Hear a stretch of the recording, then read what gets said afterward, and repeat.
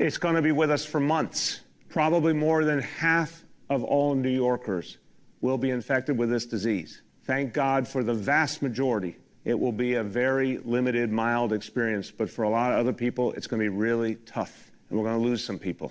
And our job is to make sure that we save every single New Yorker we can. We're all going to have to work together to do it, every one of us. Has half of any city yet, including Wuhan, I mean, has any city reached a 50% transmission of this disease?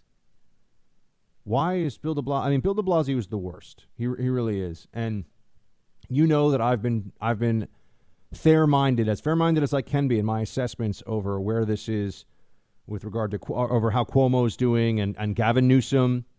I think Garcetti, the mayor in L.A., is a little bit worse, but Gavin Newsom has, look, I don't agree with everything, but the guy's approaching it with seriousness.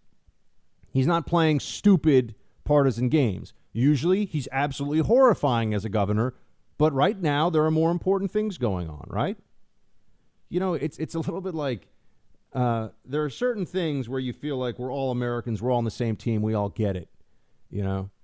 And I mean, I still remember, I mean, this was a moment for me where, and I don't know if, you know, it's just the truth. Some of you may or may not think that I'm remembering things the way they really happen. I was not just happy that we got bin Laden as a New Yorker, as an American.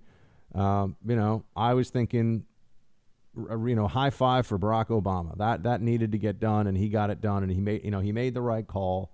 And we could talk at length about whether it was a gutsy call or it was an obvious call. And the SEALs, the ones who actually did the hard work there. Thank you very much.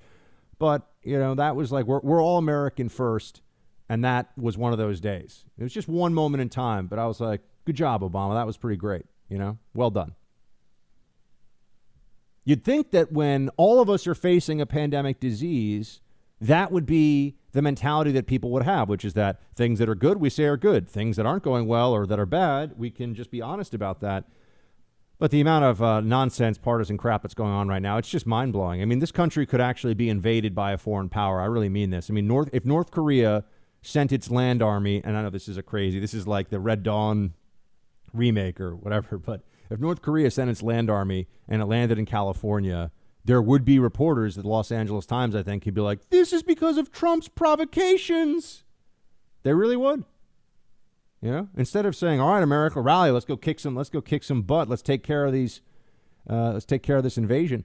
No, they'd say that this is Trump's fault. No, they just can't help themselves. That's who they are. That's how they are now. And you're seeing it with the way that the journalists are covering the Trump administration and you know, just trying to maul publicly. I mean, I don't care. They're morons with no integrity. I have zero respect for them. I mean, I think CNN is really now about as reputable and decent as Gawker was. So, you know, they're idiots, and I don't care except for how they're able to still influence other people's opinions in a way that's damaging and problematic. Their opinions do not matter to me. And in fact, I think I wear their contempt like a badge of honor. But I'm just, here we are, 3.2 million people asking or, you know, filing for unemployment. 3.2 million people.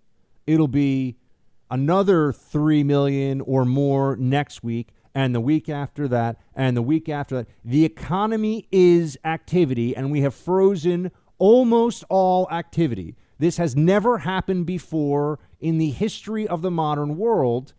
And libs are just saying, if you have questions about how long we can do this before, then you want grandma and grandpa to die. Oh, it must be so